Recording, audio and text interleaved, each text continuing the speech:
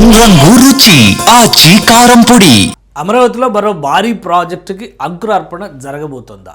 హైదరాబాద్ శివారులో ఉన్నటువంటి కన్హా శాంతివనం నిర్వాహకులు శ్రీరామచంద్ర మిషన్ ప్రెసిడెంట్గా ఉన్నటువంటి కమలేష్ దాజీ అమరావతిలో పర్యటించారు.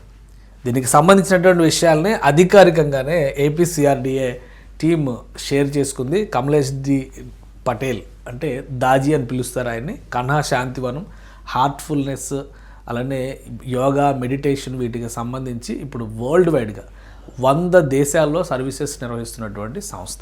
సో ఆయన వచ్చారు అమరావతికి, సాదర స్వాగతం పలికారు మంత్రి నారాయణ గారి ఆధ్వర్యంలో. ఏపీసీఆర్డీఏ కమిషనర్ కన్నబాబు గారు, అలానే అమరావతి డెవలప్మెంట్ కార్పొరేషన్ లిమిటెడ్కి సంబంధించినటువంటి ఎండీగా ఉన్నటువంటి లక్ష్మీ పార్థసారథి గారు, అలానే ఇప్పుడు కొత్తగా Amaravati growth and infrastructure corporation పుట్టింది కదా, దానికి సంబంధించి ఎస్వీఆర్ శ్రీనివాస్ గారు, వీళ్ళందరూ కలిసి అమరావతిలో జరుగుతున్నటువంటి కార్యక్రమాలు, వాటి ప్రణాళికల్ని వివరించారు. అలానే ఏమేమి జరుగుతున్నాయి ప్రస్తుతం సీడాక్సిస్ రోడ్డు దగ్గర నుంచి ప్రభుత్వ భవనాలు, బ్యాంకులు, ఓవరాల్గా గ్రీనరీ డెవలప్మెంట్, వీటన్నిటి గురించి డిస్కస్ చేశారు. ఆ విషయాలన్నిటిని కూడా షేర్ చేసుకున్నట్టుగా అఫీషియల్గానే చెప్పారు.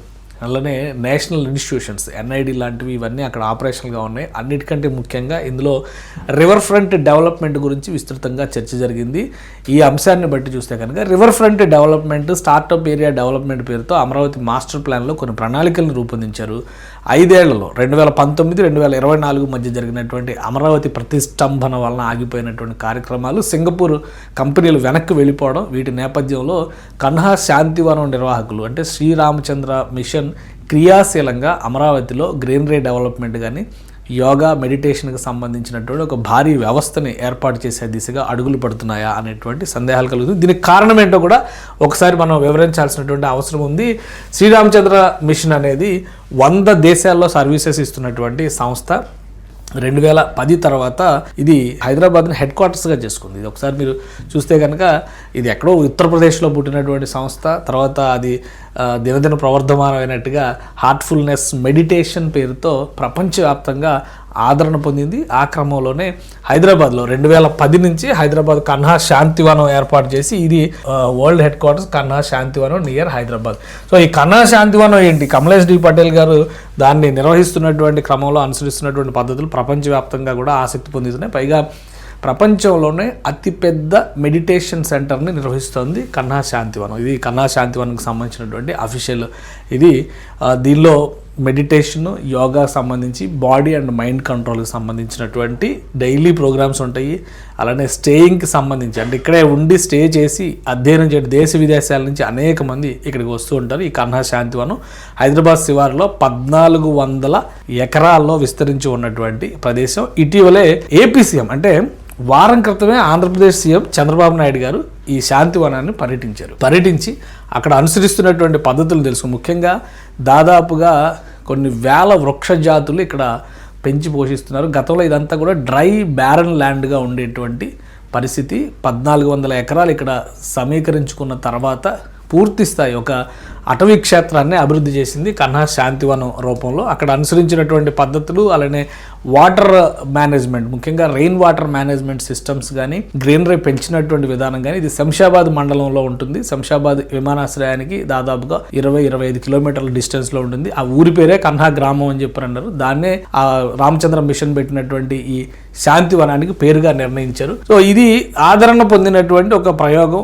ఇక్కడ అనుసరిస్తున్నటువంటి పద్ధతులు, అక్కడ ఉన్నటువంటి ఇక్కడ గోపిచంద్ అకాడమీ కూడా ఉంది. పిల్లల్ని స్పోర్ట్స్ కి సంబంధించి డెవలప్ చేసేటువంటి క్రమంలో ఒక స్పోర్ట్స్ కాంప్లెక్స్ మెయింటైన్ చేస్తున్నారు. గోపిచంద్ అకాడమీ అక్కడ షటిల్ బ్యాడ్మింటన్ నేర్పిస్తున్నారు. కమలేష్ పటేల్ ఆయన చంద్రబాబు నాయుడు గారిని స్వాగతం పలుకుతున్నటువంటి దృశ్యాలు. అంటే కరెక్ట్ గా చంద్రబాబు నాయుడు గారు వచ్చిన వారం రోజుల్లోనే కమలేష్ పటేల్ గారు అమరావతిలో పర్యటించారు అంటేనే ఈ సంస్థకు సంబంధించినటువంటి విభాగం అక్కడ ఏర్పాటు కాబోతుంది అనేటువంటి సంకేతాలు వస్తున్నాయి. బహుశా రివర్ ఫ్రంట్ ఏరియాలో పెద్ద ఎత్తున రామచంద్ర మిషన్కి గ్రీనరీ డెవలప్మెంట్ కోసం ప్రతిపాదనలు చేసేటువంటి అవకాశం ఉన్నట్టుగా తెలుస్తుంది. దీనిపైన ఇంకా అధికారికంగా ఒక క్లారిటీ రావాలి. కానీ ఏపీ సీఎం అక్కడ అనుసరిస్తున్నటువంటి పద్ధతుల్ని పర్యవేక్షించడం, పరిశీలించడం, హెలికాప్టర్లో అక్కడి నుంచి రావడం, ఇక్కడి నుంచి మళ్ళీ హెలికాప్టర్లో వెంటనే ఆ రోజు సాయంత్రానికే విజయవాడ వెళ్ళిపోవడం జరిగింది.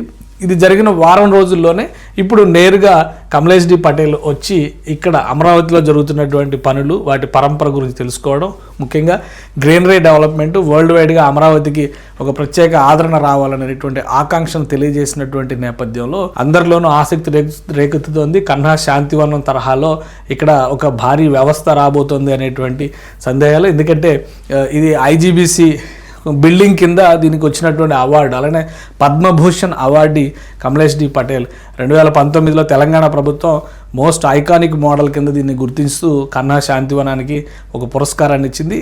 అక్కడ ఉన్నటువంటి ప్రకృతికి ఎలాంటి ఆటంకం ఇబ్బంది కలగకుండా కొత్త మోడర్న్ డిజైన్స్ని తయారు చేసి ఈ ప్రాంతం మొత్తాన్ని కూడా సస్యశ్యామలం చేయడంలో దాన్ని ఒక అద్భుతమైనటువంటి రిసార్ట్ లాగా పీస్ఫుల్ మైండ్ కోసం అన్వేషించేటువంటి వాళ్ళు ఉండడానికి అనువైనటువంటి ప్రదేశంగా కూడా మలచగలిగారు. అన్నిటికీ మించి అక్కడ ఉన్నటువంటి గ్రీనరీ ప్రతి ఒక్కరిని కూడా పచ్చదనం హరితహారం లాగా ఆహ్వానం పలుకుతూ ఉంటుంది. అందుకనే పెద్ద ఎత్తున ఈ మెడిటేషన్ సెంటర్కి దేశవ్యాప్తంగా ప్రపంచవ్యాప్తంగా ఆదరణ లభించింది. సో ఇదే తరహాలో అమరావతిలో ఒక భారీ వ్యవస్థని రామచంద్ర మిషన్ చేతుల్లో పెట్టేటువంటి అవకాశాలు కనిపిస్తున్నాయి. అది శాంతివనం నమూనాలో ఉంటుంది. అంటే వీళ్ళ కాన్సెప్టే హార్ట్ఫుల్ మెడిటేషన్ అనేటువంటి కాన్సెప్ట్తో ప్రపంచవ్యాప్తంగా ఆదరణ 100 దేశాల్లో సేవలు అందిస్తున్నటువంటి సంస్థగా శ్రీరామచంద్ర మిషన్ మారింది. సో దీన్ని దృష్టిలో పెట్టుకొని అమరావతిలో మరొక వరల్డ్ క్లాస్ మెడిటేషన్ సెంటర్ ఏర్పాటు అయ్యేటువంటి అవకాశాలు కనిపిస్తున్నాయి.